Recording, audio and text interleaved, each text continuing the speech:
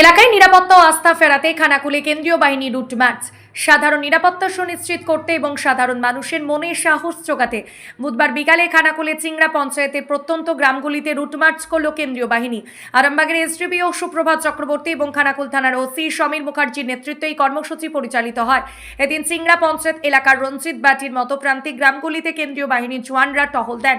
Route march চলাকালীন police ও কেন্দ্র বাহিনীর আধিকারিকরা স্থানীয় বাসিন্দাদের সঙ্গে সরাসরি কথা বলেন এবং তাদের নিরাপত্তা বিষয়ে আশ্বস্ত করেন। আরামবাগের এসডিপিও সুপ্রভাত চক্রবর্তী জানান, এলাকার শান্তি শৃঙ্খলা বজায় রাখা এবং সাধারণ মানুষের মধ্যে নিরাপত্তা বোধ তৈরি করতেই বিশেষ উদ্যোগ নেওয়া হয়েছে। মূলত ভয়ভীতি কাটিয়ে জনমানুষে আস্থা ফেরানো এই রুট মার্চের প্রধান লক্ষ্য। কেন্দ্র বাহিনী এসছে আমাদের, ঠিক আছে?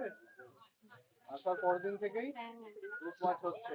আজকে আমরা এই রঞ্জিতবাতি, জয়রামপুর এই এলাকাগুলিতে রুট মার্চ করছি। আমরা বুথ ভিজিট করলাম কেন্দ্রীয় বাহিনীর সাথে এবং এলাকার মানুষের সাথে কথা বললাম প্রত্যেক কোনো অসুবিধা আছে কিনা।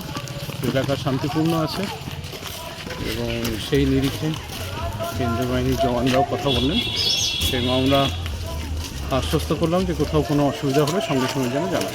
আমাদের থানার পরিকাঠামো এবং যেভাবে পুলিশ রেসপন্স হচ্ছে এবং মানুষ যেভাবে আস্থা রেখেছে আমাদের উপরে এবং মানুষের সহযোগিতার উপর ভিত্তি করেই আশা করি শান্তিপূর্ণ থাকবে।